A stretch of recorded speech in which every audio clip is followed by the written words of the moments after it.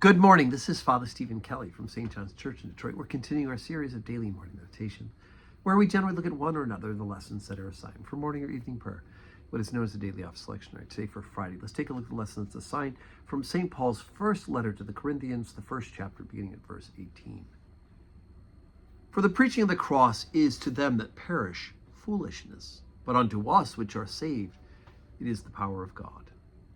For it is written, I will destroy the wisdom of the wise, and will bring to nothing the understanding of the prudent.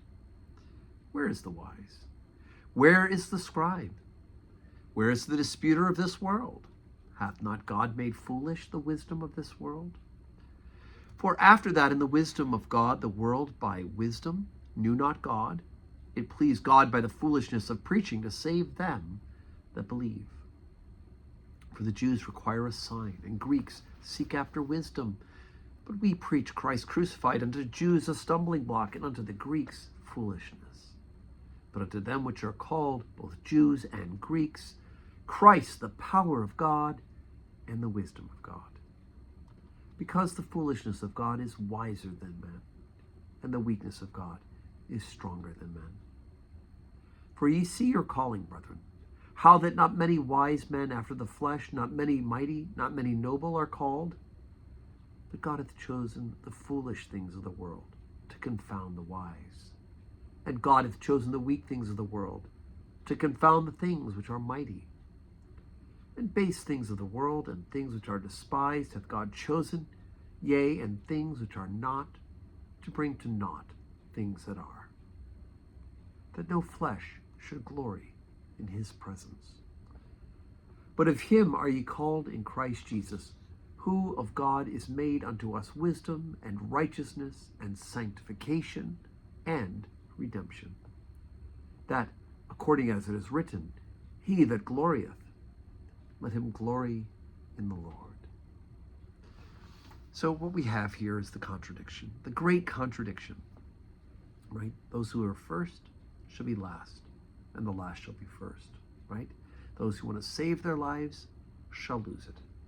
And those who want to lose their lives for my sake shall find it. All sorts of contradictions in the gospel. When it comes to worldliness, the world is made to look foolish. And so Jesus reminds us in his own person that he is a contradiction to the way of the world. The way of the world has fallen through sin. And so we run after the flesh, we run after pleasing ourselves, we run after thinking if we're just smart enough. And yet, it's by grace through faith are we saved. Right? The Jews look for signs. Maybe God's doing this, maybe God's doing that. And we do that as well in our lives at times as well. And yet, Jesus says, or Paul says that when it comes to Jesus, it's not about the signs, and it's not about being wiser than others, although seeking after godly wisdom is always a good thing. But we preach Christ crucified, right? And that's a stumbling block to the Jews. And to the Greeks, it's foolishness. How can somebody who died and be alive?